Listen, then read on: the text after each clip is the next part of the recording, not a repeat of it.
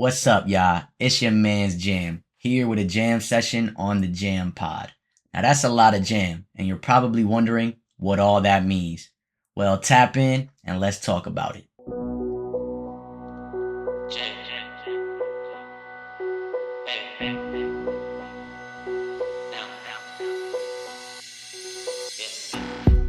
First and foremost, I'd like to say welcome and thank you for tapping in here with me on the JAMPOD. Whether you're checking out the visuals on YouTube or you're listening in on Apple or Spotify's podcast, your support is very much appreciated. Also, whether this is your first time or you have been here before with me looking at my content, this is something fresh and new that I'd like to bring to people.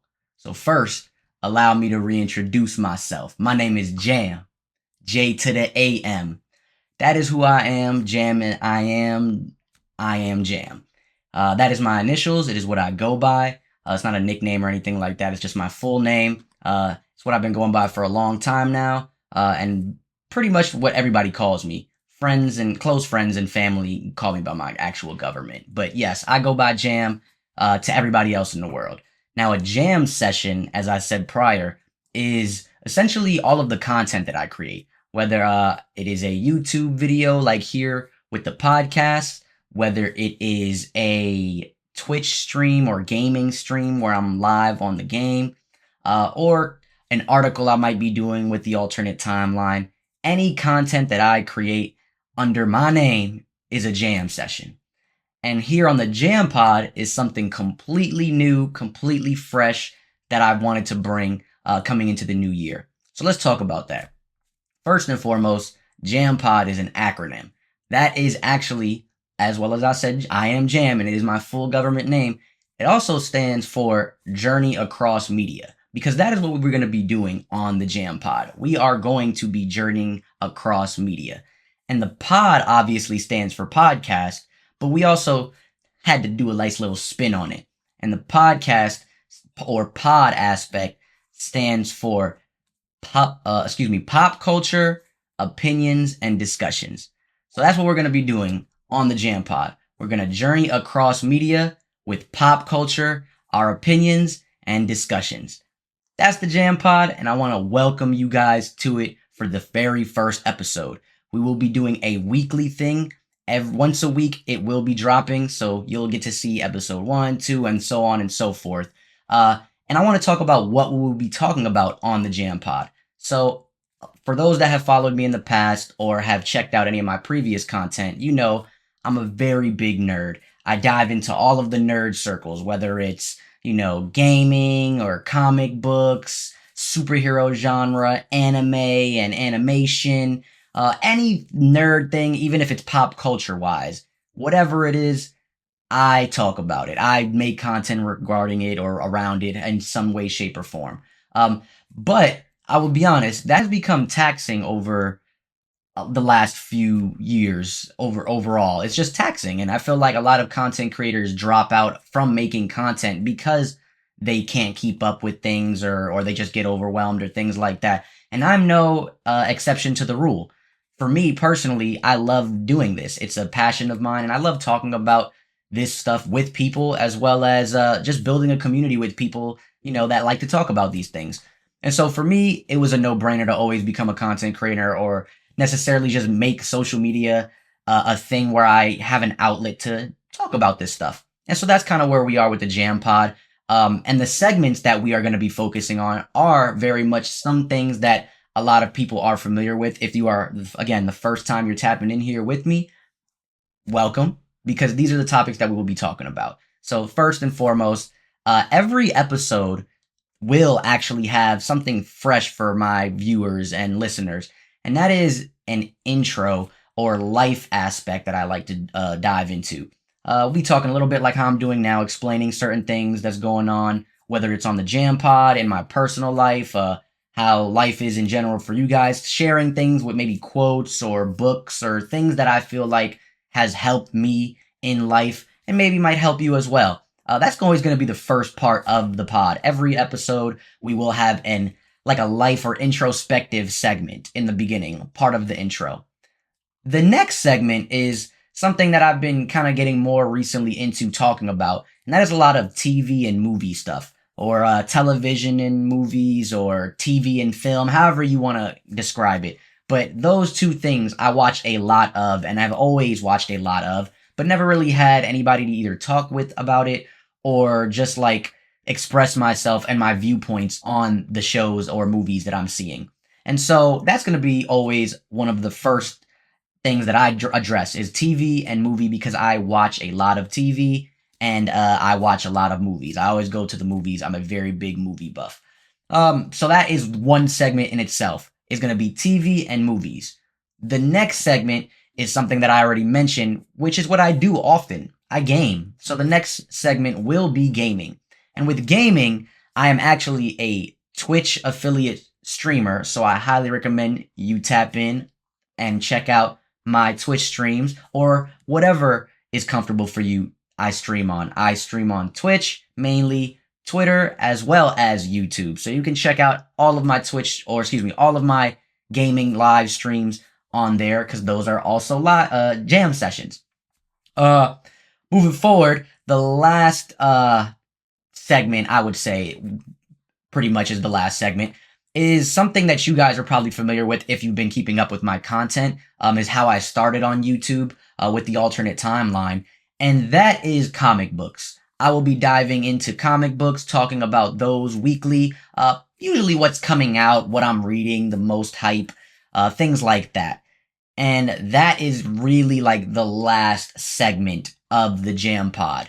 Now, we will have an outro every episode, a nice conversation that we will have to kind of enlighten people or get the brain going, maybe some questions from people, whether it's in the chat, comments, or things. So make sure you are writing in the comments, things like that, as well as you can email me. Link, again, it will be in the description for all of the content that I do. So you guys can kind of reach out to me and maybe I'll answer some questions on the JAMPOD. Now, that is what we will be consuming mostly of on the JAMPOD. However, I will also be having some guests on the JAMPOD, whether they are friends, close friends and family, whether they are fans of stuff or in the nerd community like me, as well as some industry professionals that I've gotten the opportunity and blessed with to kind of interview and just talk about some of the things that they work on. So that is kind of what I will be doing overall on the JAMPOD, is really just talking about all of these different things that I love, and journeying across media with pop culture, my opinions or your opinions, and discussing all of that stuff. So with that being said, I welcome you once again to episode 1 of the JAMPOD. And this time, for this first episode, it is fresh into the new year. So I thought, man, we should recap 2024. Let's talk about 2024. So let's start with that. This is the life segment. I want to talk to y'all about real quick my life in 2024. And man, I was blessed. Blessed is an understatement. Like, I was so blessed this year. I appreciate everything that I got out of this year, from starting a new job with this company that I was traveling with, and working in hospitals, basically installing a hardware and software based system. Really fascinating stuff, man. And I was blessed with that opportunity the beginning of 2024, and I was able to make some of the most money I've ever made in my life career wise, right? So that was a really big blessing and opportunity. On top of, I also got my settlement case from the car accident that I was in 2023. So that was another blessing financially, on top of the career that I started. All of these things just kind of came in a great year, great time frame for me. Me and my lady and partner have gotten closer and are growing and building through things together. So like growing individually as well as together, which is always nice to hear, from you and your partners or whatever the case may be. Family is all doing great. My niece turned 10 this year. She's actually going to be 11 this month. So it's fascinating. Just to see her grow up and see the world through her eyes and her world views. And it's also fun because she's getting older to that point where I could just have regular conversations with her. Like, it's really funny. She's hilarious. And I love her so much. So I just wanted to give her my niece a shout out because she's always watching her Theo. But overall, like I said, guys, it was a very blessed year for me and my family, me and my friends, and I wanted to share some of that with you guys. I also hope this past year was great for you. Let me know in the comments what happened for you this year that was a big opportunity, or a big blessing, or maybe it wasn't that great of a year. Let's talk about that as well. You know, I'm curious as how things are going for you guys. But for me, this year started off strong and it ended strong. And I want to continue with going on into 2025 very strong. So that's what we are here with on the Jam Pod. With that, I want to get into our very first, or I guess you could say our second segment of the night. And that is going to be TV and movies. Like I said, we are recapping 2024. So let's go ahead and recap the television and some of the best movies of 2024. So, as I said, I watched a lot of TV and movies, and 2024 was no exception. We're going to start with the TV shows.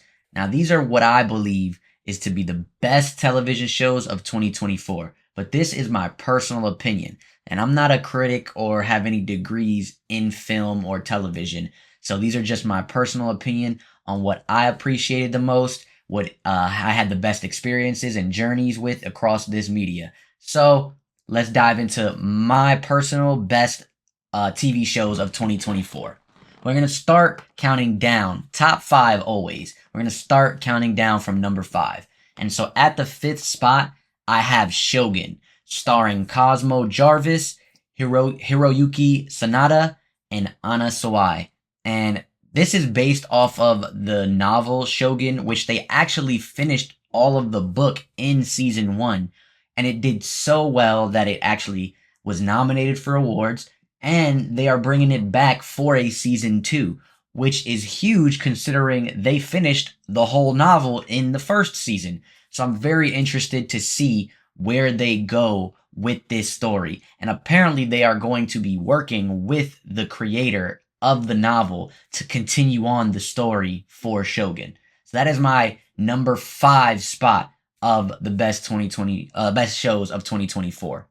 Moving over to number 4, we have Fallout, based off of the video game franchise, starring Ella Purnell, Walton Goggins, and Aaron Moten. I want to stop right there and tell y'all that this show made me want to play the Fallout video game. I have never, and I mean never, touched a Fallout video game a day in my life, and this show made me want to pick up the video game. It was phenomenal. Every episode was spectacular. Even the way it was visually shot was good, just like with Shogun as well. By the way, backtrack a little bit. Shogun is on Hulu if you are looking to check it out and watch it on streaming services, with Fallout actually being on Amazon Prime. So getting back onto Amazon to Fallout, it was phenomenal. I'm a really big fan of the way Amazon Prime shoots their shows and movies. It's visually really nice looking. So definitely appreciated Fallout. Like I said, it made me want to play the video game as a gamer. I've never played the Fallout franchise, and this one made me want to go tap into the game. It's really great story. It's not an exact adaptation of the video game, or video games. It's more so like a bunch of the games kind of put together with its own focus story. But the acting was top notch, just like in Shogun, and really, really spectacular show. Again, it is on Amazon Prime. If you were looking to check that out, that is the number 4 spot. Coming in at number 3, got a little bit of a comic book feel here for you guys. Again, big comic book fan. And that is The Penguin, starring Colin Farrell, Kristen Milioti, and Renzi Felice. This show was by far, to me, some of the best TV we get in a comic book adaptation. Not only is it some of the best TV we get in a comic book adaptation, but it also, for me, was, again, the number 3 spot as some of the best television of 2024. I would go as far as saying this is some of the best television I've seen in a long time, to be quite honest with you. I know you're like, well, then why isn't it a little bit higher? There's reasons for that we'll get into. But the Penguin itself, the series, I mean, everything you could talk about between the character designs and like the props and how they made the character, like the makeup and everything like that, cosmetics, everything looks legit. I'm a very big fan of the Matt Reeves Batman franchise and universe. The world building, it just looks phenomenal. As far as like if you're, comparing it to the comic book, it's a great adaptation. The acting, just like all the other shows I've mentioned, top tier. I mean, this was some of the best acting that I've seen this year in the Penguin, especially from Kristen Milioti. Of course, from Colin Farrell as well. I mean, you don't even recognize that it's Colin Farrell in this Penguin suit.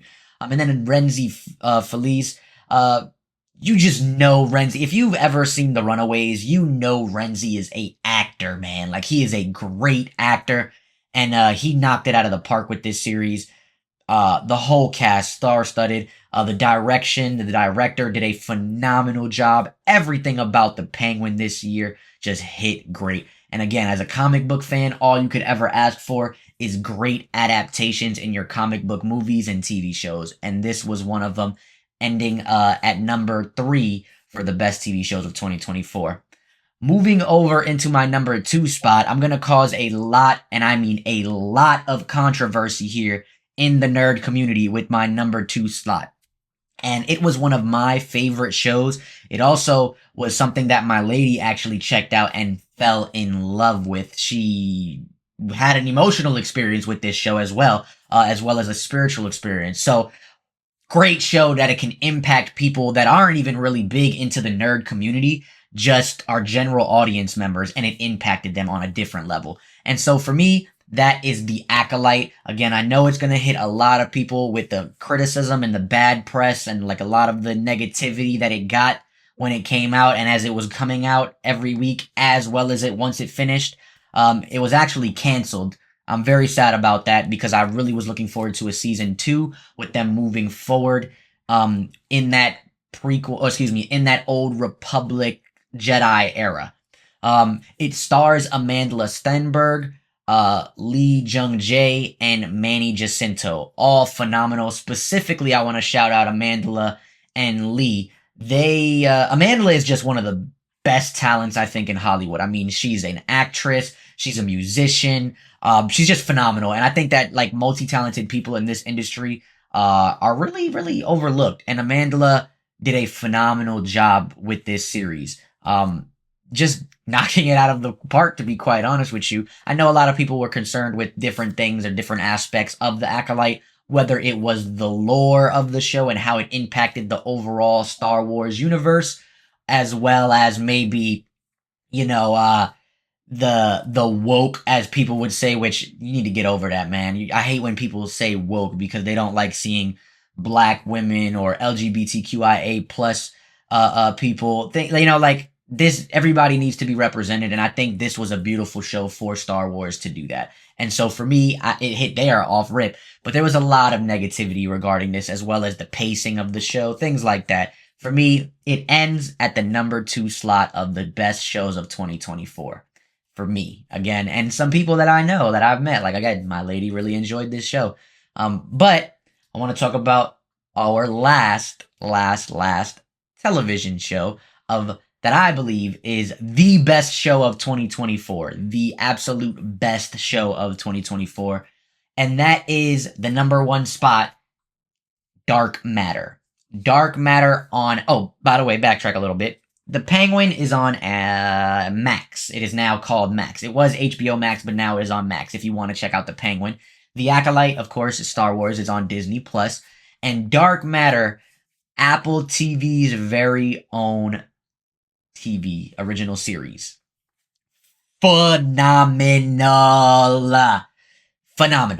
Starring Joel Edgerton, Jennifer Connelly, and Alice Braga. This show was a thinker. I mean, the mystery behind it, the suspense, the drama, everything about this show was great. It made me think every week. I'm like, yo, how are they going to get out of this situation? Or how does this situation play out? Or what happens here in this aspect? It is a multiverse kind of aspect show, which I know a lot of people are all multiversed out with, as far as nerds, with as much multiverse stuff as we've been getting with superheroes like the MCU, DC Comics, Invincible, just a bunch of stuff from superhero genre that has kind of felt we are multiversed out, as well as other things. You know, you got movies like Everything Everywhere All at Once. So the multiverse concept isn't something new that people are getting onto. It's just kind of feeling like a lot of people are diving into it lately, and Dark Matter is no different. It is also based off of the book, the novel series, but it's phenomenal. And they are also coming back with a season 2.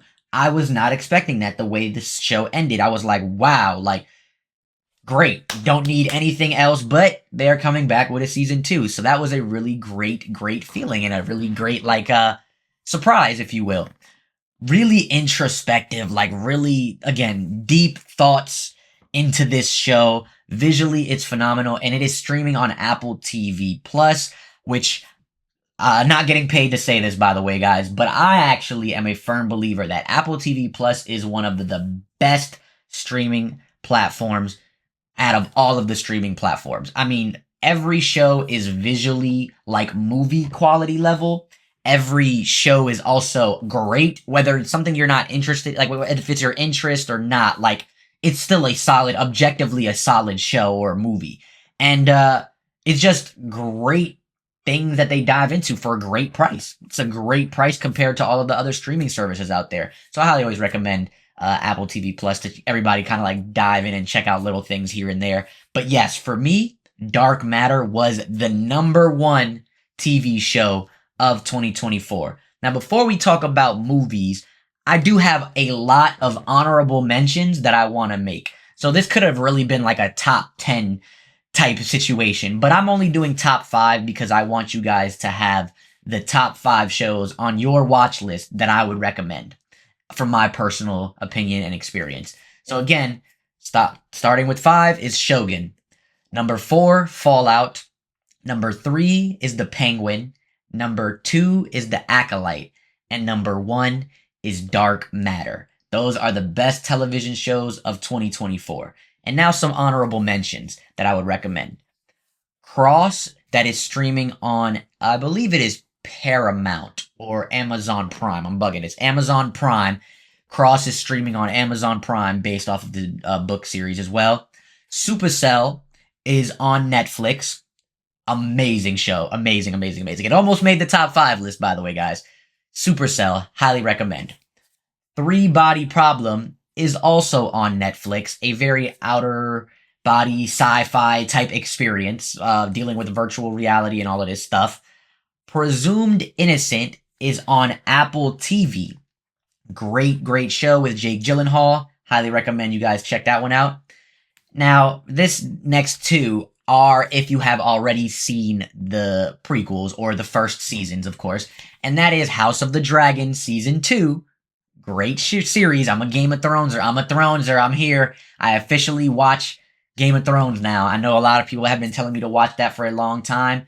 I am officially all invested in. I have watched it all. I haven't read any of the books, but I've watched everything, and so I'm all caught up with House of the Dragon Season 2.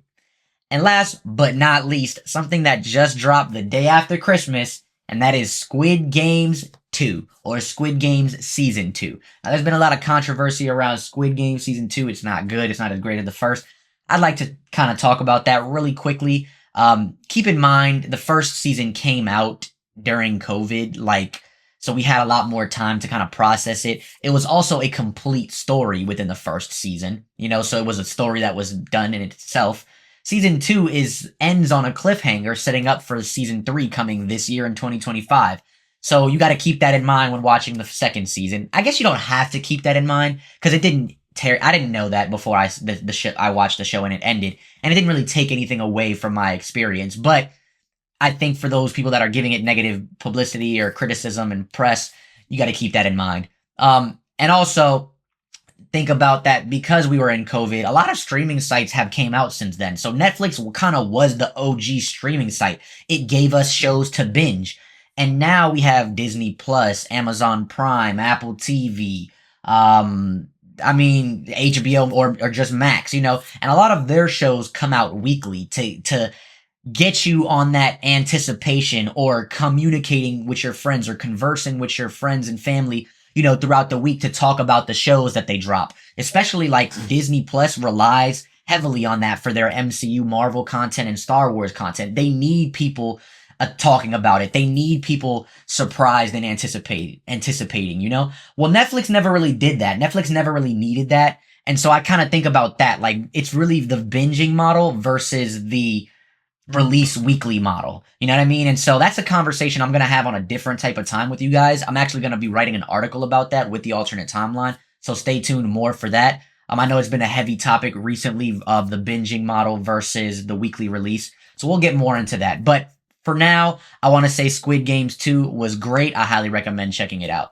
And that is our best television shows of 2024, along with our honorable mentions. As I said, a lot of TV that I wanted to dive into. And I'm a big TV watcher, so had to talk about it, had to check it out. But now, we are going to now dive into our best movies of 2024. So there was a lot of movies that I really enjoyed this year. And not a top 10. I'll tell you now, it's not a top 10, but it is a nice solid list of things that I felt like people would see eventually on their own, you know what I mean? Things like that. As well as I would recommend checking these movies out because they're just a good time, fun time. Again, all personal opinions, so I just want to make that clear. We're going to start, just like we did last time, counting down from number 5. And at number 5, I got Godzilla and Kong, The New Empire, and that is starring Rebecca Hall, Kaylee Hoddle, and Dan Stevens. Listen, man. All you need to know is big monsters fighting. What more can you ask for? Visual spectacle, fun time, a lot of action, some jokes.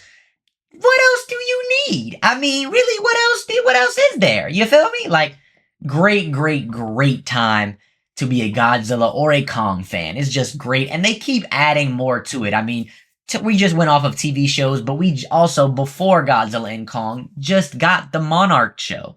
Monarch Legacy of Monsters, also on Apple TV+.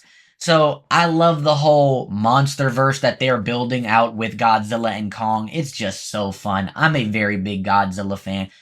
So I love big monsters, kaijus, anything like that. That's just my thing. So that's my number 5 for y'all. One of the best movies of 2024. Number 5, Godzilla and Kong, The New Empire. Moving over to the number 4 slot. This is actually something that just recently dropped. Everybody's talking about it on social media. It's great. It's so fun. It's like the closest thing we would get to a Dragon Ball Z movie or Dragon Ball Super, whatever. And that is Sonic the Hedgehog 3. Tres Amigos. You feel me? The 3 Amigos. Sonic the Hedgehog 3. Starring Ben Schwartz as the voice of, you named it, Sonic. Jim Carrey playing Dr. Robotnik, recurring his role again.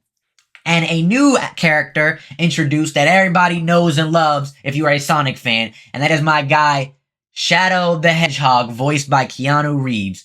I just gotta take the time to say, Keanu knocked it out the park with this joint, man. Like, when I tell y'all, he was so good as Shadow. I need a series of him as Shadow by himself, which we also just got the Knuckles show before Sonic the Hedgehog 3. Knuckles is on Paramount Plus. But I need a Shadow show, man.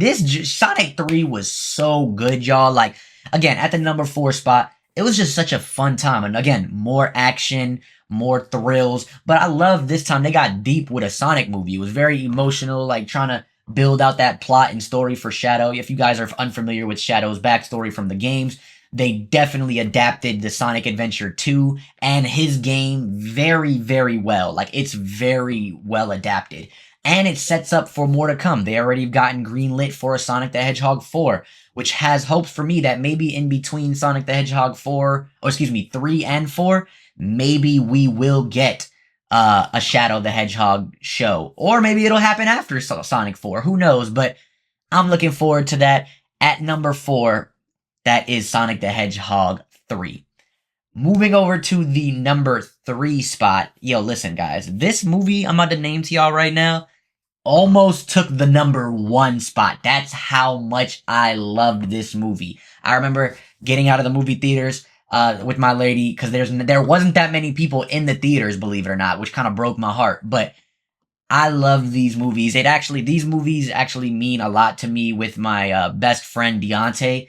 These are some of the movies that we were going into high school and like watching together, and so really meaningful to me. And that is Transformers 1, an animated movie. I know everybody's like, an animated? Yes, yes, yes. Transformers 1, starring Chris Hemsworth as the voice of Optimus, or Orion Pax, because he's not Optimus yet. Brian Tyree Henry as the voice of D. I think he's 15. I don't remember, but Megatron, basically. Who, by the way, voicing Megatron, Brian, we'll get back to you. And then Scarlett Johansson, who voices Alita 1. Back to Brian. Yo, Brian has a scene where he like turns into Megatron, and it's like some of the best voice acting I think I've ever heard. You can like hear the transition from a different character to a different character. Like, it's so dope. And then, I mean, Chris Hemsworth deserves a lot more credit than I've seen him get for the voice acting. He actually sounded like Optimus to me, like the voice of Optimus, Christopher Cullen. I think it's Christopher Cullen, if I'm not mistaken. Oh no, excuse me, Peter Cullen. Peter Cullen. He sounded like Peter Cullen to me. I was like, yo, especially at the end when he's like monologuing, I'm like, oh, that's really Optimus. So I wanted to definitely highlight their performances as voice actors. I'm not familiar with Chris Hemsworth or Brian Tyree Henry or Scarlett Johansson doing any voice work. So for me, I was really like fascinated by their voice acting. And that takes my number 3 spot. It was so good. The story, like, dives into what happened like in the early stages of Cybertron and how Optimus and Megatron became Optimus and Megatron and how they became the Autobots and the Decepticons. Like, all of that is just great. It's all of that, and it's a great story, like in like classism and socialism, which you wouldn't expect from a Transformers movie, right? Like, but it is. It's a deep dive, and it's a deep dive into socialism and classism and how they treat each other, and it's just fascinating to me to see that in a Transformers movie. On top of, we have an animated Transformers movie. It's not a live action, so that's really refreshing and nice. Moving over to our number 2 spot, I actually just watched this recently. It came out, I want to say, earlier in the year, maybe midpoint of the year, or like summertime, if I'm not mistaken. But it was really good. I missed it then. I didn't get a chance to check it out, but I did wind up checking it out recently to kind of do this JAMPOD episode about the best shows and movies and stuff of 2024. And so as we're recapping of 2024, had to watch one of the movies that I was really anticipating, and that is an A24 movie. After watching Everything Everywhere All at Once, I have high hope and high praise for A24. So anything that they make, I'm probably going to be there. And so this A24 movie is Civil War. It is starring Kirsten Dunst, Wagner Mauda, and Kaylee Spaney. Great cast, really good cast. And they performed really well. I mean, Kirsten Dunst, she was knocking it out the park, bro. Like, I grew up watching her in the Spider-Man movies as Mary Jane. So to see her come from that to this, I was like, yo, she is acting, cuz. Like, she is really doing the damn thing. Yes. And then, the other girl, like the younger girl, Kaylee Spaney, she was good, bro. Like, I was a believer. And then, like I said, my guy, Wagner Mora, he was just doing his thing, man. He was really good, really, really good. But, the movie itself, forget to take away their performances. I love the concept of the movie itself. It's basically, if the president of the United States became kind of like a dictator. He's on his 3rd term, which, if you are in America or if you know anything about America, we can't do that. You can only run twice as a president. Well, the president is on his 3rd term, and like Texas and California secede, like like it basically creates a civil war. They secede um Texas, or excuse me, the United States. They leave that, and like Florida also is kind of like an ally to them, and I think they become like the Western Frontier or something like that, the WF. And it's basically, that is the good guys, the people that left the government, that left the United States, the Texas and the Californians, along with Florida as an ally. They are the good guys trying to stop the president from like essentially running the country in a dictatorship type way. Really fascinating story, because it follows, while all of while that's happening, it's following like a press team trying to make it to DC, because the America is kind of like a war zone in a sense amongst each other. We're like a whole war zone where in different cities there's like lines that people are drawing in the boundaries, or in the, you know, in the state lines and things like that.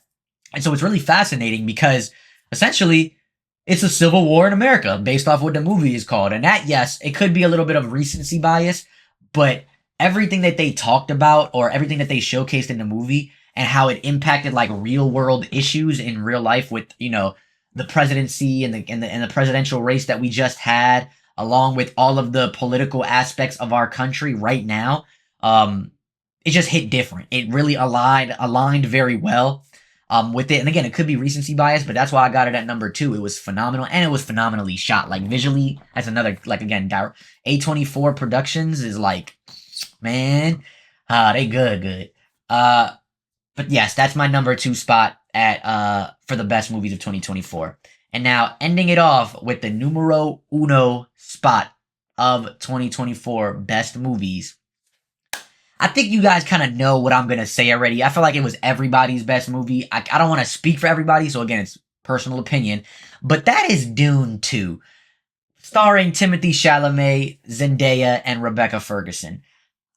Dune 2 was so crazy at the beginning of this year or beginning of last year in 2024, that it like had like a fandom craze, like pop culture, like Lisan Al-Gaib was everywhere. Like it was like a movement almost. Like everybody was talking in Dune-ology. I don't know. Like everybody was doing these. Like everybody was just on the wave of Dune. It was the talk of the town for months, I feel like. Everybody was talking about Timothée Chalamet's performance.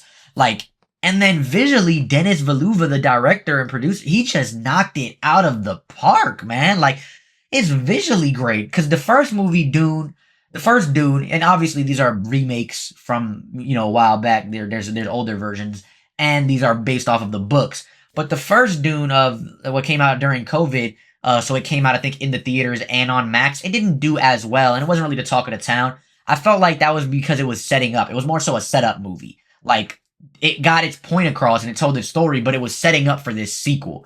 And the sequel takes place like right after type stuff, and they just drag it beautifully. Like the way the story is paced, the way the story is told, all of the like little nuances or metaphors and stuff that are in the movie, like all of the representation of religion, like Christianity and Muslims and like Buddhism, like all of the representations in the religions, like that you could kind of see or like get a feel from, just different. The storytelling was different. The world building was great. And it was just phenomenal. On top of the actors and actresses' performances. I mean, Timothée Chalamet and Zendaya as the leads were just really great. But a lot of people don't give Rebecca Ferguson her love. I really feel like Rebecca Ferguson is one of them ones, man. I followed her since Silo. That's where I kind of first started watching her. And Silo is another great show, by the way. But Rebecca Ferguson deserves them props, man. She deserves her flowers because she also knocks it out of the park along with Timothée Chalamet and Zendaya. But yeah, Mr. Chalamet is Himothy. He's not just Timothy, he's Himothy, because bro was really cooking. Especially in that one scene where he's like talking to bro, like he's trying to talk to all of the people, and he's specifically looking at that one guy, and he's talking about his grandmother and how they used to call the planet Dune. Like that scene itself is bananas. It's just freaking bananas. It's phenomenal, okay? Great, great, great film. That is my number one film of 2024. And now I got to, I got to hit you with some little extras, some little oohs, some little oohs. And that is the honorable mentions. So I only got a few this time, nothing crazy. But I wanted to mention these because they were also great. So backtrack a little bit. We got our top five best movies of 2024. And that is at number 5, Godzilla and Kong, The New Empire. Number 4, Sonic 3. Number 3, Transformers 1. Number 2, Civil War. And number 1 is Dune 2. And now the honorable mentions that I got are Hitman, which is on Netflix, a Netflix film, starring Glenn Powell, which I was not a believer in Glenn Powell until I seen Hitman. When I say brother has range is an understatement. That guy got I don't even know what's after range. He has vision, okay? That guy got the vision. He don't got the range, he got the vision. Alright, what Lil Wayne said, like the line between two dots, he has the vision. Alright? That man can act. And there's also a scene in there, like I think in the sex scenes, the actress, forgive me because I'm butchering her name, but she's a Puerto Rican, so shout out to my Boricuas. But she what's the word? She I'm blanking here, team. I'm blanking. But she basically did the scene, one of the sex scenes on the spot. Like she improv. That's what I'm saying. She improv the thing on the spot. And to see the movie and how good it was, I was like, oh wow. To find that out after the fact, I was like, oh, I wouldn't even have known that because they hit it. You know what I'm saying? So Hitman with Glenn Powell on Netflix. Highly recommend it. Another honorable mention I would say is A Quiet Place Day One with Lupita. A lot of people didn't like this one. A lot of people were saying it wasn't that great. Look, I'm a New Yorker, so anything in New York, especially if it's post-apocalyptic, you got me. You got me. New Yorker through and through, man. A post-apocalyptic movie in New York, you got me. Excuse me, I was thinking of Hitch, cause of Will Smith. No, I Am Legend. You got me. Listen, a post-apocalyptic New York City, you got it, bruh. You got it. So A Quiet Place Day One was great. I loved it with Lupita. It was basically her, I think she had cancer, if I'm not mistaken. I know she had a terminal illness and she was dying. But it hit. It hit. The way they did it, and as somebody with a physical illness as well, I understood all of that stuff, and I had a cancer scare myself this past year, which you guys, I guess that you would say that was kind of something that happened. Well, that was 2023 leading into, but that's a whole other thing. Regardless, A Quiet Place Day One was really, really good. I highly recommend it. I think it's streaming on Paramount Plus as well. And then my last honorable mention movie is A Family Affair with Zac Efron and Nicole Kidman. That is on Netflix, and that is just a great time. If you want a nice, fun rom-com, that's it right there. And it's a Christmas themed movie. It came out, I believe, in the summertime or towards the end of the summer, but it is a Christmas themed movie. And it's good, man. It's just, like I said, a fun time, really good rom-com that I would recommend checking out when you got some time. Maybe watch it with your partner, or you in the mood for some feel-good laughs. But that right there, guys, is our best movies of 2024. And that really kind of closes off our segment for the TVs and movies, and all of the best television and the best movies of 2024, in my personal opinion.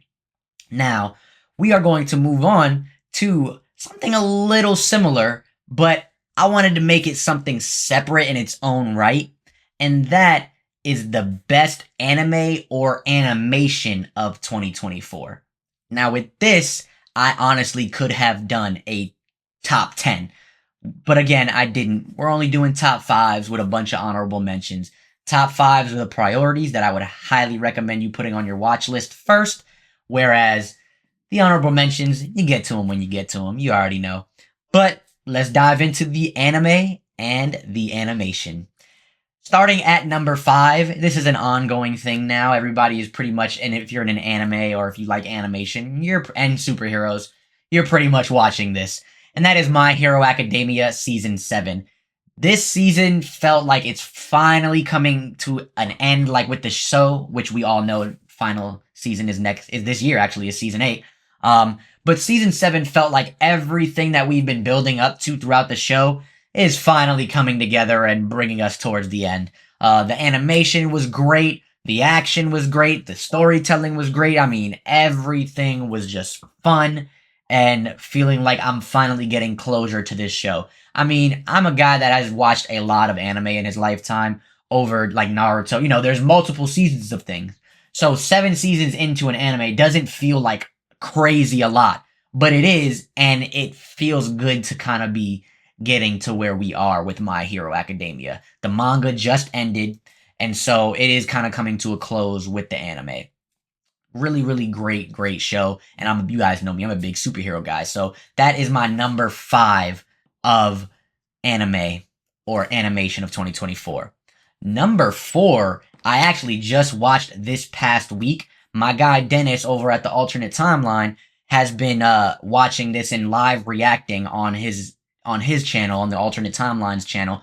And so I recommend first checking out his reactions. But yes, he got me hip to this. He's been telling me like, yo, you gotta watch it. I've been loving this show. It's funny, it's fun, it's just silly, it's goofy, da da da. And I'm like, all right. And that's what it is, da da da. Dan. Number 4, I got at Dan.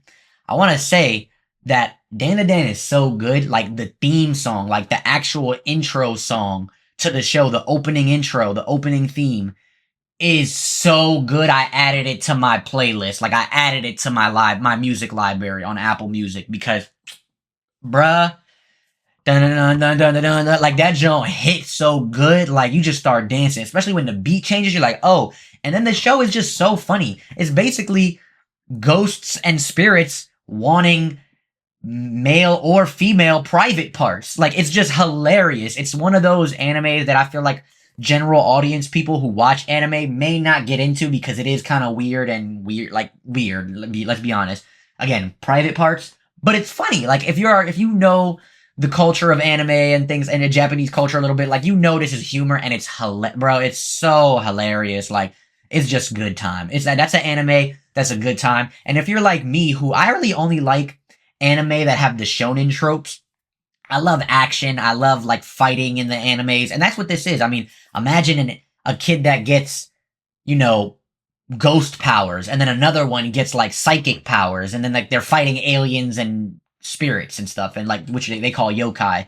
And so just think about that and how fun it could be. You know what I mean? Like, so it's a good time. I love, again, shonen tropes, and they added on top of the humor with this. It's kind of like a shonen mix with the slice of life type thing, and I really appreciated that on top of the intro slaps. So Dan is my number 4 animation of 2024. Number 3, we are actually getting this season 2 this week, and that is Solo Leveling. Man, I gotta tell y'all, shout out to Dennis again from the alternate timeline. Dennis put me onto Solo Leveling. He actually read all of Dan and Solo Leveling, caught up with, well, Solo Leveling's manga is over, but he finished the manga, and he's all caught up with the Dan manga. I started reading the Dan manga, by the way, y'all, because I needed to. It was fire. By the way, all of this is on Crunchyroll. If you guys are looking to watch My Hero Academia Season 7, I think it's on Hulu as well. Dan is on Crunchyroll, and I believe Hulu as well. And then Solo Leveling is on Crunchyroll. And we are getting season 2, like I said, this week. Really, really great series. Basically, a guy in the world is like, it's like a video game almost. It's kind of like real world video game aspect. And he's solo leveling. He's leveling up by himself, which is not something you're usually supposed to do. You're supposed to kind of have a squad in this anime. But it's fascinating. My guy, I think his name is Sung Woo. He's really cool, man. The main character got aura for days, bro. Like, he just got that aura. And he don't be aura farming. He just got it. He just got it like that. Yeah, that would be my number 3. I'm really looking forward to the next season this week coming. Can't wait. And now we're going to move into my number 2, which I actually read all of the manga and I'm all caught up. We have a next chapter coming in about 2 weeks. And that is Kaiju number 8. I told y'all earlier, I am a big fan of anything kaiju, big monsters, anything like that. And so when you mix Godzilla with anime, I mean, how could you go wrong, dog? Like, I was invested since I first seen the trailer when they put it out last year. I was like, whoa, what's that? That look hard. I need that. And it feels like Attack on Titan mixed with kaijus, like Godzilla. It's Attack on Titan with Godzilla. That's really what it feels like. And it's so good. It's so good. Again, I loved it so much. I finished the anime once the anime's season was over, season 1 was over. I literally the same day picked up the manga and I finished all of the manga from where the anime ended to I think it was on like 100 and something in the manga. I finished all of that in 1 week because it was so good. Kaiju number eight's animation, the music, and I'm a big believer in when scores and music complement or like sound effects complement an anime, it just does the anime even more justice. Everybody knows what Saiyan's power or our characters in Dragon Ball Z or their beams, everybody knows what that sounds like. The Naruto hand signs or the jutsu activations, everybody knows those sounds. I mean, I love Fire Force. The Fire Force movement sounds and the way they use their powers and that is another great thing. Like, that's one of the reasons personally, no disrespect to my anime fans out here, but that's a big issue I have with One Piece being having the same sound effects from Dragon Ball because they come from the same animators at Toei Animation. I struggle with One Piece a little bit because of that. I'm a big believer in sound effects kind of focusing or staying with one anime and it meaning impactful and stuff like that. And so Kaiju number eight's like score and its sound effects and things like that are one of those where it's unique and it's like you hear it, you're like, ah man, that's hard. Like that's really good. I also loved that Crunchyroll was for Kaiju number 8, they were doing a live episode thing. So it was coming on live, like in Japan on television, and it was also coming on live for here, for us in America on Crunchyroll, and at the same time, just a certain time. And it was really cool that they did that. I've never seen Crunchyroll do a countdown. And their countdown was interesting too. It was kind of like a countdown to where people need to get into, like a shelter to run from the kaiju, because once the clock went all the way to 0, it was like kaiju attack imminent, like, you know what I mean? So it was really cool. I seen something like they did that, so shout out to Crunchyroll for that, man. But that is what I got at number 2. Super love Kaiju number 8. I cannot wait for the season 2 to come back, as well as next in a couple weeks to get the next chapter, because I'm invested, man. I'm just reading and reading and reading. And so our last bringing it to our last best anime or animation of 2024. And this is more so of an animation than it is an anime, because we all know anime is a little different than animation. This is a Western animation, believe it or not. And for me, as a comic book fan, big reader, big collector, and just overall superhero fan, it was really nice to finally see an animation being well adapted from the comics. And that is X-Men 97 at the number 1 spot. For me, that show, that series, season 1, is a 10 out of 10. I've been waiting for them to, since they announced it, to bring it back, from the 90s, from X-Men 97, the old cartoon, and just to see it with the new animation, but still feeling like what we were accustomed to or what we grew up knowing was so great. It was such a fun time. You also didn't really need to watch all of the X-Men from the 90s show, the animated series, to keep up and watch X-Men 97. It did enough to give you a fresh recap. It really brought you into a fresh new story while still paying respects and continuing the story from the 90s show. So it was such a well-written show that I appreciated every moment of it. It was a 10 out of 10 for me. A lot of controversy came with that, from the showrunner, Boo DiMaio, and his exit out of Marvel and Marvel Animation Studios. A lot of controversy with that, but the show itself was taken care of so well, with so many different comic moments happening in the show, kind of like taking all of these different comic stories and blending it to create this one cohesive story that worked and told its story in itself really well. The characters were all great, and it felt as a big-time Wolverine fan. You guys, for those that have been tapping in here with me, or if your first time listening, checking me out, I want to let y'all know I'm a big Wolverine guy. I cosplay as Wolverine in different variations, different variants. He's one of my favorite superhero character or comic book characters since I was a little boy. I used to think as a young boy, like a lot of us did, that Wolverine was the X-Man, and obviously he's not. But yes, Wolverine to me is a very, very important character, and I love that they gave him a step back from being in the main focus. He wasn't like the main character, and I loved that because that's kind of what we need from X-Men. I love that they gave Storm a lot of love in her shine. I love that they gave Cyclops a lot of love in his shine. It just felt really good to kind of see this come together for the first time. And so I was appreciating, I don't want to say the first time, but it come together in a new era for the first time. So it was really nice. That is my number one animation of 2024. Now we got a lot of honorable mentions, so I want to dive into those really quickly. And they are Dragon Ball Daima. Oh, wait, backtrack a little bit.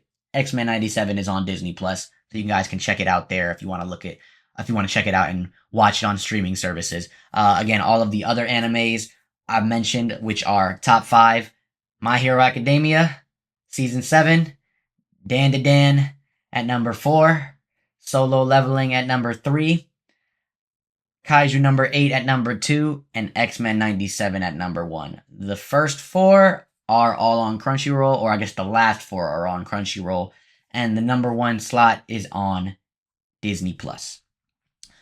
Now, honorable mention time, and we're going to talk about one of my favorite animes of all time, and that is Dragon Ball. Dragon Ball Daima is here, coming out still weekly, still ongoing right now, and it's just a fun time. If you're a Dragon Ball fan, they're giving us and world building more. They're giving us more to the mythos, more to the lore. And I love story. I love, I'm a big fan of building more into your world or building more into the lore. And Dragon Ball kind of has always needed that. So the fact that we're getting it is great. Windbreaker is a new anime, also on Crunchyroll with Dragon Ball Daima. Windbreaker is a new anime that took me by surprise. Again, it's more slice of life. School kids in a gang kind of protecting a town type stuff. But what interested me was that it had action in it, like the shonen tropes, and they were fighting. And some of the fighting in the animation, I was like, man, this is just regular street fights. And they over here looking like Dragon Ball characters, you know what I mean? Or Naruto characters or something. So I was ecstatic about that. And so I tapped in and I loved it. It's really a good time. And I'm ready for season 2. Moving on. Another honorable mention is something that everybody considers the best anime right now. And I disagree. I will say it's some of the best animation in anime. But I've read all of the manga, so I kind of know the stories and everything like that. I am not that big of a fan. I am a fan. I like it. I do feel like it's a little overhyped. But we allow people to like what they like, so I would never sit here and say it's not that good or try to trash it or anything like that. But that is Demon Slayer. The Hashira training arc is the arc that we got this season. Demon Slayer itself is really good. Again, to me, it's a little overhyped, but I would never say don't like it or it shouldn't be your favorite or anything like that. Nah, man, you like what you like. But yes, Demon Slayer Hashira training arc was this season. Really short and condensed. We got a lot of content within these short episodes, but it basically was a filler arc almost, in a sense. Not that it had filler in it. It was manga related and manga canon, but it just had a lot of that aspect, like setting up for this next coming season, which I believe is going to be, or not even a season, they're going to do the final season or final arc of Demon Slayer in like 3-part movies. So that'll be interesting to see how they do that. I'm looking forward to any of the information regarding the first movie and when they decide to do it. Moving over a little bit from anime and going more towards animation with my honorable mentions, and that is what we are watching right now. The finale is coming out next week, and it's a superhero thing that I love, starting the DCU fresh and first, and that is Creature Commandos. By far, knocking it out of the park. Listen, everybody can give James Gunn crap about, oh, he does the same thing with misfit groups and putting them together and da-da-da-da. Like, if it ain't broke, don't fix it, number one. And number two, none of these groups feel the same. Like, I hate that people are saying that. Like, that's neither here nor there. James Gunn's Creature Commandos starting off the DCU is so good, guys. Like, it's such a fun time. As a comic book fan, a comic book reader and collector, I'm familiar with these characters, but not enough to say, yo, I know this character through and through. And so it's still fresh and new for me. and it feels good. The world building out of the DCU, we get to see all these different characters in an animation standpoint, while still telling a story with their characters that they're focused on. It's really emotional. It's really psychological. It's really intense. And I would not recommend this for your kids because it's a lot, but it's good. And it's a really good cartoon animated show that we need. And I feel like that's people were upset that, we're starting the DCU with an animated show, but I don't think that's nothing wrong with that. It kind of feels like issue 0 of a comic book franchise. You get your prequel or your prelude. That's what this feels like. It's like the prelude before Superman coming in 2025. So that's how I look at it, and it's so fun.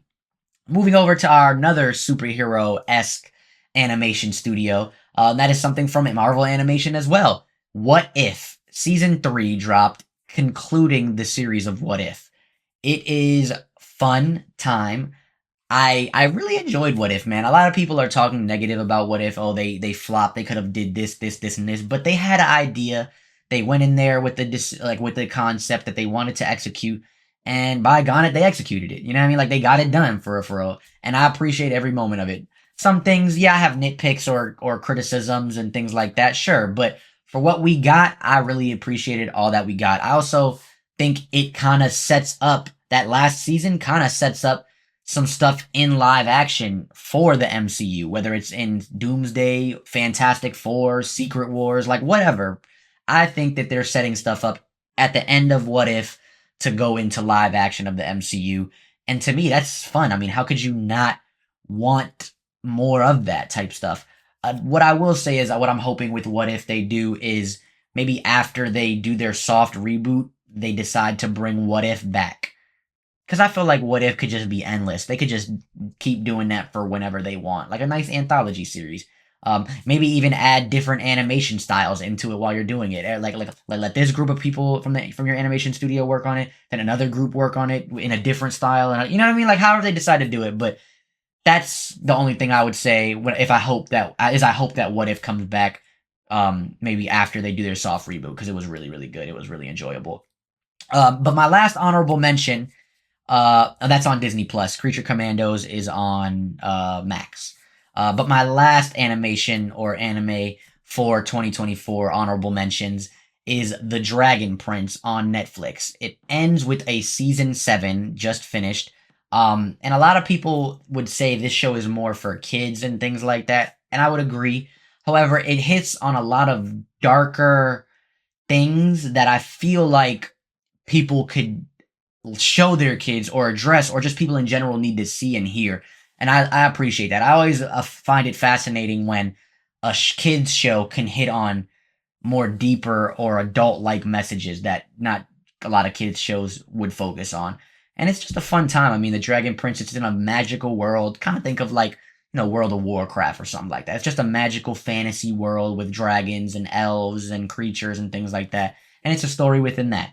And I appreciated it. I think I started watching it during COVID, so they've been giving us a bunch in these past few years. Maybe it was a little bit before COVID, something like that. But I've been watching it since it became out, and I'm a big fan. So those are my honorable mentions. Oh, Dragon Prince is on Netflix, but those are my honorable mentions, as well as all of the best anime and animation of 2024. That is a lot of stuff we've been watching. I can tell you that right now. I know you're like, whoo, winded, right? Well, we're not done, because now we're going to talk about some of the stuff we've been playing. So let's talk about some of the best video games of 2024. Now, as I mentioned before, I am a big gamer, and I actually stream all of the games that I play. I stream on Twitch, YouTube, and Twitter. And I am a Twitch affiliate on my path to partner. So make sure y'all support your man's jam over there. You heard? But I want to talk about the best games that I had fun playing with in 2024. Just the best games to me, in my opinion, of 2024. That came out in 2024. Really a good year for games. I want to be honest with you guys. It was really a fun year for games, which I always feel like that's a little hit or miss. It's like we're going to have either a good year, like a really good year for games, or we're gonna just have an average, all right year. So this year was a really good year, and I appreciate that because I've needed a good year in games. You know what I mean? Like I needed every game to hit on the money, and so we had a solid year, enough for me to even create some honorable mentions. So let's dive into them. Starting with number 5, I have Rise of the Ronin. A lot of people were disappointed with Rise of the Ronin, and I understand because it was hyped up to be Game of the Year quality. But for me, I think top 5, in my opinion, is not bad. I really appreciated this game because I'm a very big, I want to say, like, guy when it comes to video games that I like to customize every aspect of my character if I can. And so, with the fact that Rise of the Ronin had such a fun grasp on the mechanics of different fighting weapons and styles, on like different weapons on top of 4 or more different styles with the weapon that you have a variety of from, like, that was unique, on top of how customizable you can create your character. I mean, with my character, I've made him Ichigo from Bleach. I've made him Kenshin from Roronori Kenshin.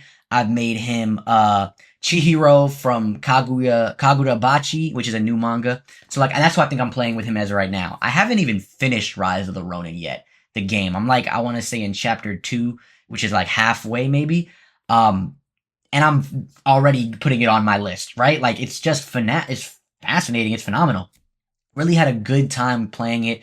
And I love any type of games also, or any stories, as I mentioned with Shogun earlier, that have like some type of like Japanese or Asian culture aspects to it. I mean, you put it with a samurai, like a samurai world, on top of like it's the English bringing the industrial like part of like the industrial era to Japan. Like, come on, man. You got me. You got me. Nice blend of the two.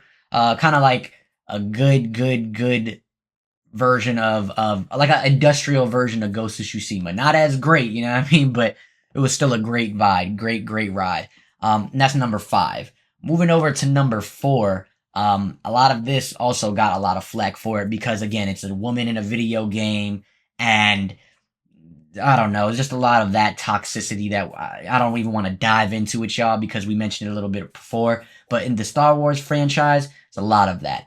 And that is what my number 4 gaming is Star Wars Outlaws. Now, besides the toxicity of the Star Wars franchise, I did see some people, mention the mechanics are terrible. She might get hit and doesn't move and things like that. Man, I didn't have any of those issues. I don't know if it was maybe like a first batch before the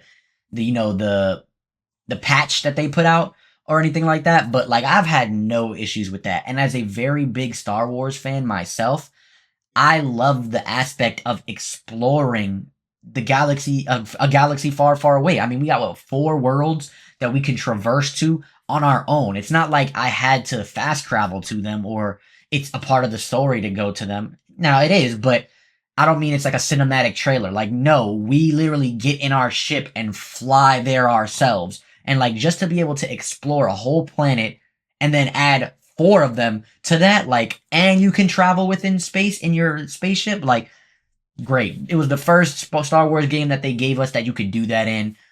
You're a scrapper type person, like, or like dealing with like basically trying to rob and steal and things like that. Kind of like a Han Solo, but you're a girl.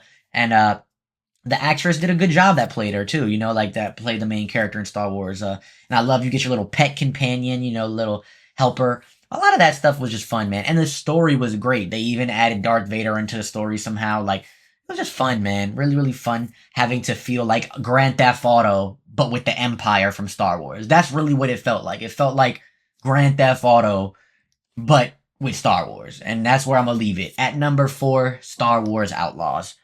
Number 3 is a game that I have been waiting on since Dragon Ball Super came out, and that is Dragon Ball Sparking Zero.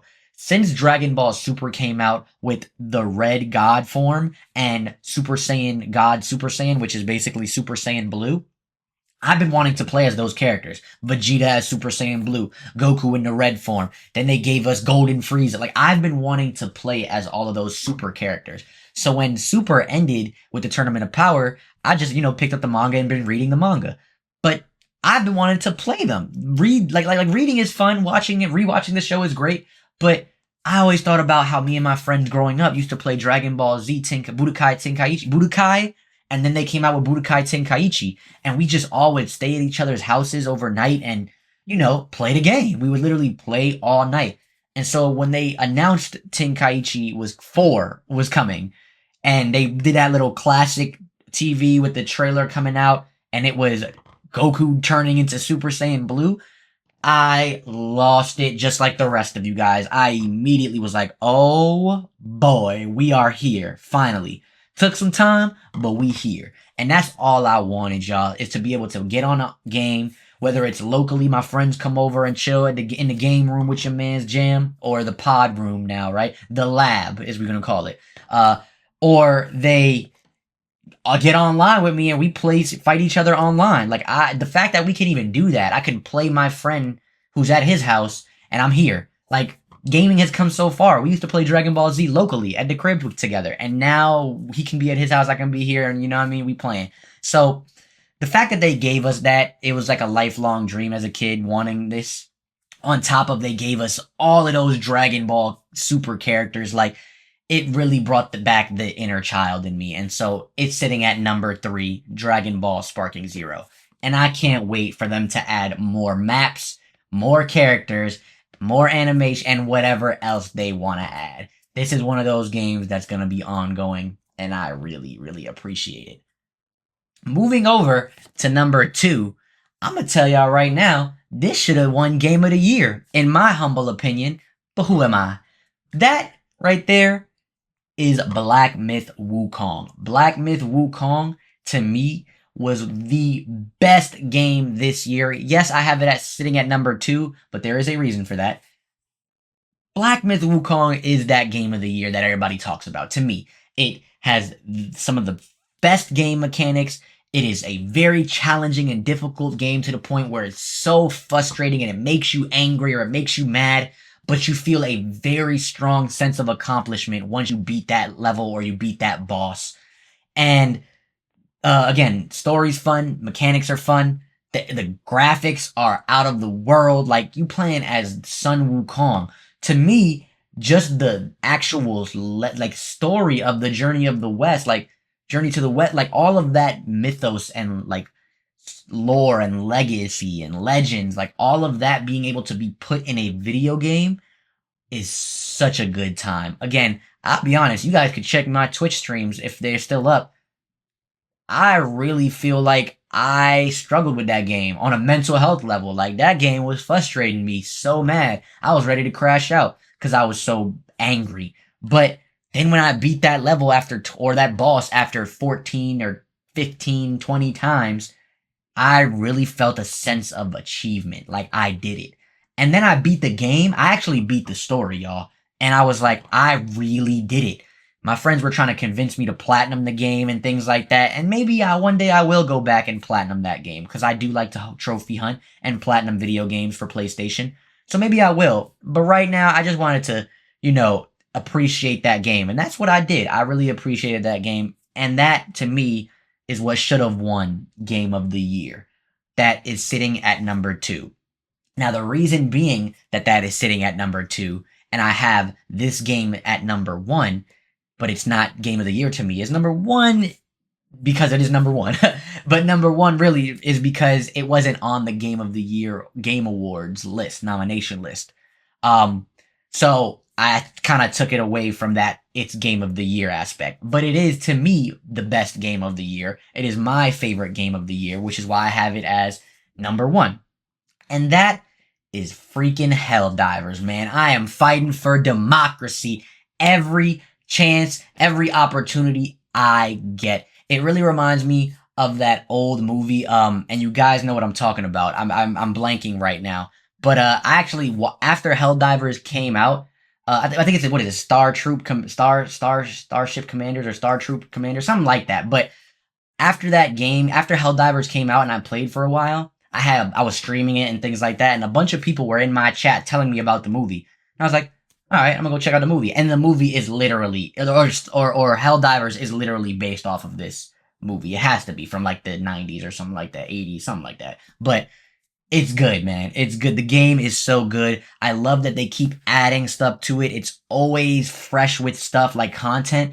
I love games that you pay once and all of that DLC content is free. All of the stuff they give you after is free. It's just like, yeah, we want you to continue paying for stuff in the game, or we want you to continue playing the game, so we're going to give it to you for free. Only thing that's not free is the battle passes, technically, and they're called like war bonds. And those, I think, come every 2 or 3 months. So it's not like they're always constant.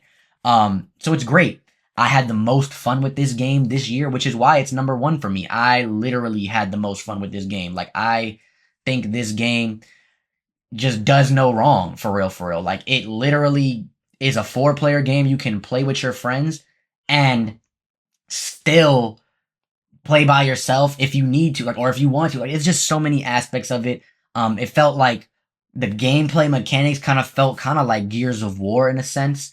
Um, my lady made a comment where it's like the aliens in different planets kind of felt like Halo. You know, like it's a lot of that into this game. The graphics are phenomenal.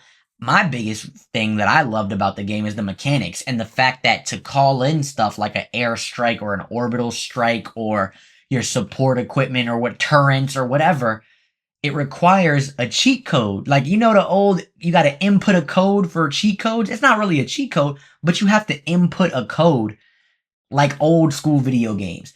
When you want to activate your, like the mission, it has a terminal, or to extract from the mission, it's a terminal, and you have to put the code in. And that's like, it's a diagonal code for your diagonal pad.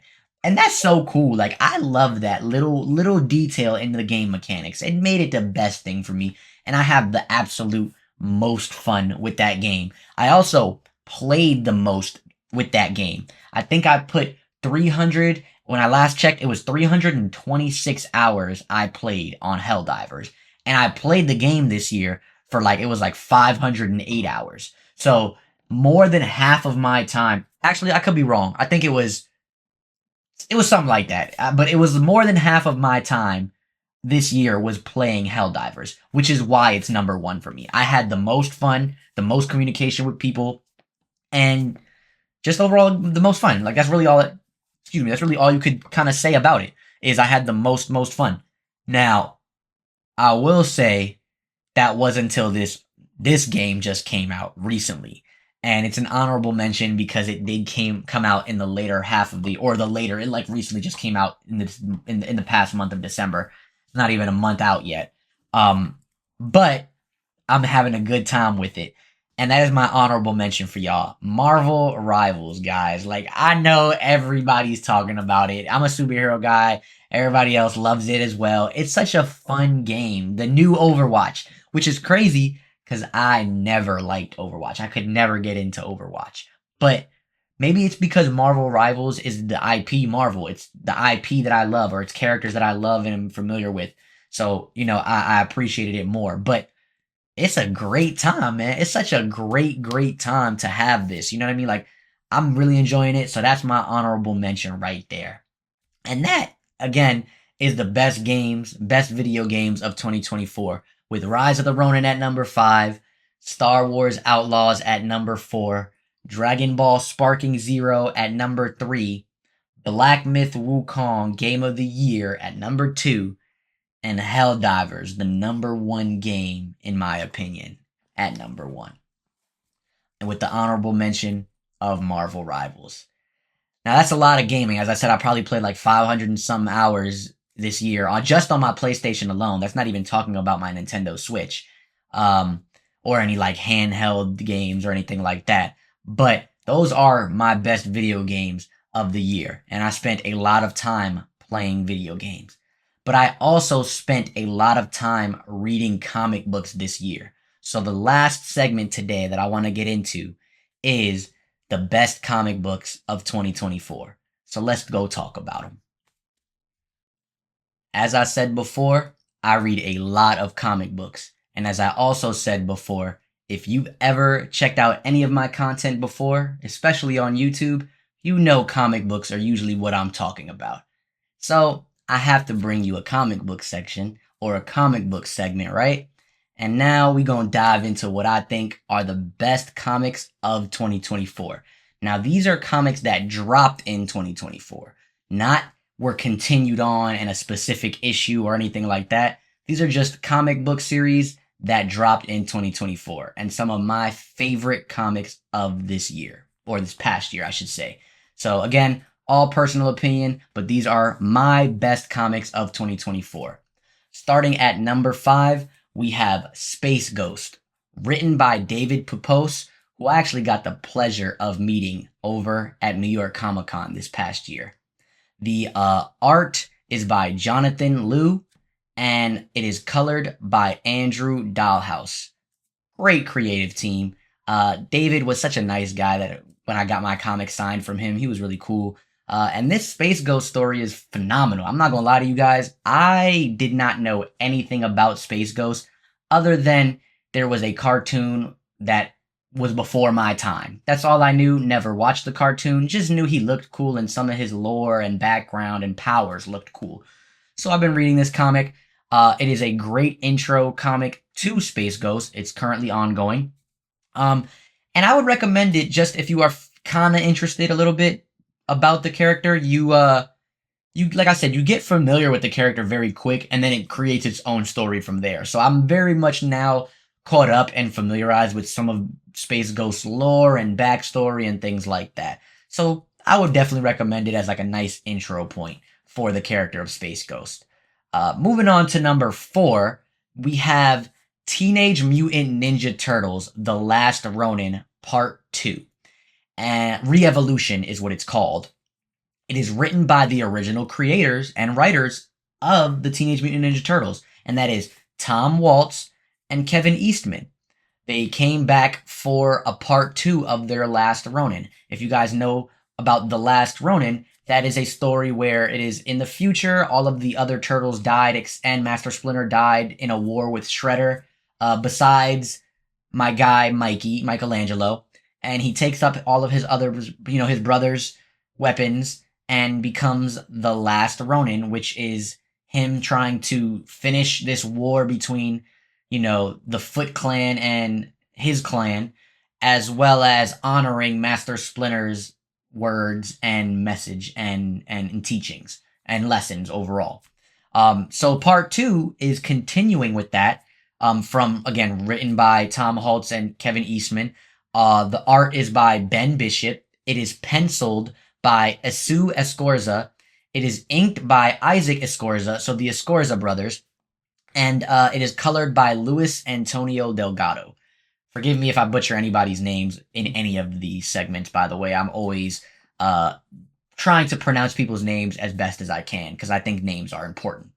But like I said, the last Ronin Part 2 continues from the first part of the Last Ronin, obviously, and it basically is a new era of Teenage Mutant Ninja Turtles. So after, no spoilers, because I don't want to spoil the Teenage Mutant Ninja Turtles Last Ronin Part 1, but after Mikey, something happens with Mikey, I'll say that. Something happens with Mikey, and there's a new batch of Teenage Mutant Ninja Turtles, right? New full batch of Teenage Mutant Ninja Turtles, and Casey Jones and April O'Neil's daughter, who is also named Casey, is the new Master Splinter. She was a mentee to Michelangelo, who was her mentor, and after Michelangelo continues on with his story, we now get Casey Jones as the new Master Splinter-esque character, raising these 4 new Teenage Mutant Ninja Turtles, who are 2 boys, 2 girls. They all look different, and they all have powers in a different type of way. They all have different powers. So that's really what the Teenage Mutant Ninja Turtle Last Ronin Part 2 is, and I'm a big fan for anything continuing the story of characters that we love. Like, it feels like it's the end of them, but it's not the end, and it continues on with the legacy type situation. I love that. So that's where we're at with number 4 on my list, Teenage Mutant Ninja Turtles, The Last Ronin Part 2. Moving over to number 3, this was a DC comic by the imprint Elseworlds. It actually is bringing us back from a very old universe that we knew before long time ago and has been forgotten. And they are bringing it back in Green Lantern Dark. That is my number 3 comic. It is written by Tate Bromhill. The art is by Weather Del Edra. and it is colored by Giovanna Nero. This comic made me even more of a Green Lantern fan. The way they express her powers, the way that she processes certain emotions in this comic is great. Her powers are coming from an actual lantern as if her green light was a flame. And so I really loved that concept in itself right there. It is basically in a world where darkness has overtaken the world, like fully. It is all dark, and the only sun, or, well, the sun is still there, but it's still night in the sky. And the only real light is from Green Lantern if she brings light to that city or that area or that place. And so it's fascinating to see her deal with like her trauma and how she processes her emotions and things like that, along within the story of what happens on top of that concept of all the heroes are gone. She is the last hero, the last hope, and her flame, her light, her lantern is a flame that can spread to others and help others. So I love that concept. It's really hopeful, willful, if you will, for Green Lantern, right?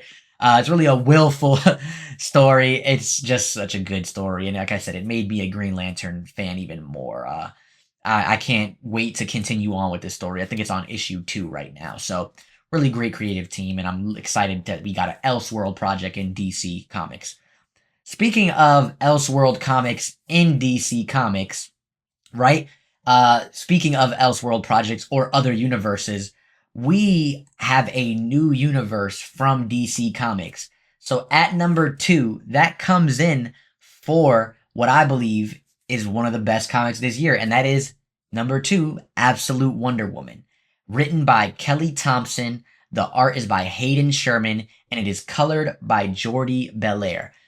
The whole Absolute universe is just absolutely phenomenal. It's absolutely absolute. But Absolute Wonder Woman, out of the 3 that we've gotten so far between Batman, Superman, and Wonder Woman, Wonder Woman's comic, The Absolute Wonder Woman, takes the cake. It is such a great comic for representation in the characters. It is especially representation in the real world for people that have maybe a disability or some form of handicap. It's representation for minorities because we are finally seeing Wonder Woman in a different skin complexion than just a white woman, which to me is always better. Like, I ain't gonna lie to you, I just feel like it's a better depiction of what Wonder Woman, the Amazon warrior, would be.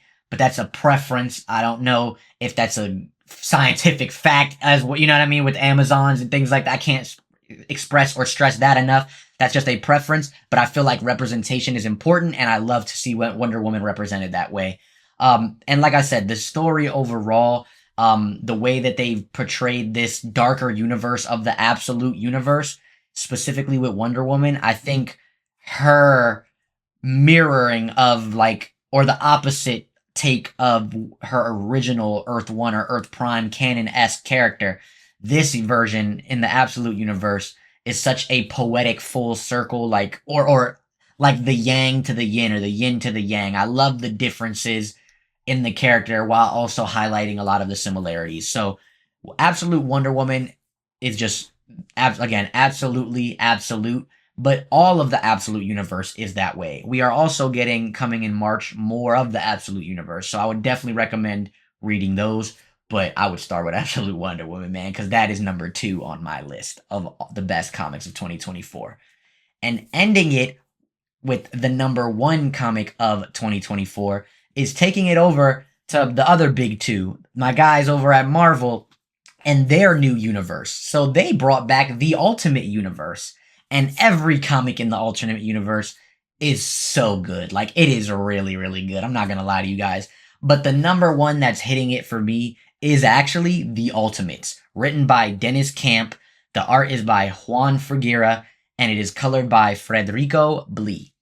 The Ultimates is kind of like the Avengers, but in this new Ultimate Universe. So the reason why I like that is because I'm a very big fan of team comics, like a bunch of different characters in a comic, and then We get to do things in that comic because it feels like teen comics usually are like the bigger world of things. Like it's more stuff happening, I would say, if that makes sense. More action, more story development, more plot, things like that.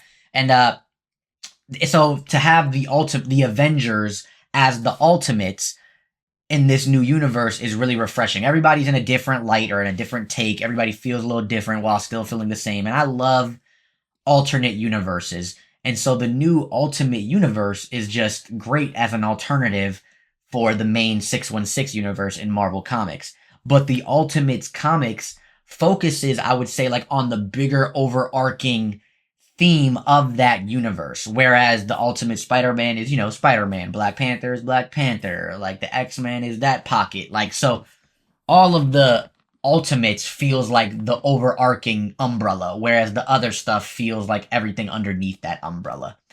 And that really is the best comics, my top 5 comics of 2024. However, so let's backtrack a little bit before we continue on and move on with the honorable mentions, because I do have a couple. But backtrack, we got number 5 is Space Ghost. Number 4, Teenage Mutant Ninja Turtles, or TMNT, The Last Ronin Part 2. Number 3 is Green Lantern Dark. Number 2 is Absolute Wonder Woman. And number 1 is The Ultimates. Those are my top 5 comics of 2024. The best comics in 2024. But I got some honorable mentions. And these honorable mentions are events that came out this year that I had a blast with. I love events. Again, those are like the team comics where everything and everybody's going on. And plus, it's an event, so major stuff is happening for the overarching universe once again. So the first one is going to be DC's Absolute Power. It's how we even got the Absolute Universe. It is written by the legendary Mark Waid. The art is by the phenomenal Dan Mauda, who might be the best artist in the industry right now. I'm not gonna lie to y'all. And it is colored by Alejandro Sanchez. That was a 4-issue, was it 3 or 4 issues? I think it was 4. 4-issue miniseries, event series that set the tone for the main Earth 1 or Earth Prime DC universe, as well as it created or helped create the Absolute Universe. That event is very monumental for DC Comics right now, so I had to put it on the honorable mention. The next one is the same thing, but for the DC Universe. For the Marvel Universe. And that is the Blood Hunt event that was written by Jed McKay. The art is by Pepe Larraz, and it is colored by Marte Gracia. Blood Hunt is like a vampire-esque Avengers event. That's the best way I could put it. While Absolute Power is Amanda Waller taking over the world and taking all of the superheroes' powers and getting rid of them. And that's what them trying to get back is what creates the Absolute Universe. Blood Hunt is basically Blade getting taken over by the first ever vampire who was trying to become a god. Not Dracula, the first ever vampire named Vernier. And he's basically possessed and he wreaks havoc on the world. And the Avengers and other heroes have to stop him. That event sets up a lot for Moon Knight. It sets up a lot moving forward for Miles Morales, for the Avengers, as well as minor setups setting up for the Ultimate Universe. So those are actually my only 2 honorable mentions for best comics of 2024. And that really brings us to the end of this comic segment. That right there is our journey across media as we recap 2024 in today's episode of the JAMPOD. I want to say thank you to anyone who's made it this far and checked out and tapped in the entire episode. I will say not all episodes will be this long. I plan to have them between 30 minutes to an hour, depending on the content that we're talking about. But before we head out, I want to have another life segment real quick. And that really is just me telling y'all and asking y'all the same question. So first thing, I'm going to tell it to y'all, and that is my New Year's resolution. My New Year's resolution for 2025 essentially is just breaking all bad habits. And I mean bad habits like waking up in the morning and checking my phone first thing, right? Like that's a bad habit for me, and I want to break that. Certain things like that I have bad habits of that I just want to break this new year. And they say it takes 90 days to create a good habit. Well, in my head, it takes 90 days to create or break bad habits. And so we'll see. I'm doing pretty well so far, a few days into the new year, but we'll see. But that's my follow-up question for y'all, is let me know, what is your New Year's resolution? And let's go over some of them. Would love to talk about them in the comments. So y'all let me know, man. I will say next week we'll be here, same time, second episode, and we will be discussing what I'm most anticipating for 2025. I told you some of them, like solo leveling, things like that, but I have a list of the most anticipated comics, games, and TV and movies that I'm looking forward to. So next week, make sure you tap in here with me on the JAMPOD. I appreciate everybody once again tapping in for today's episode. So until next time, y'all be easy. Have a good week. Peace out.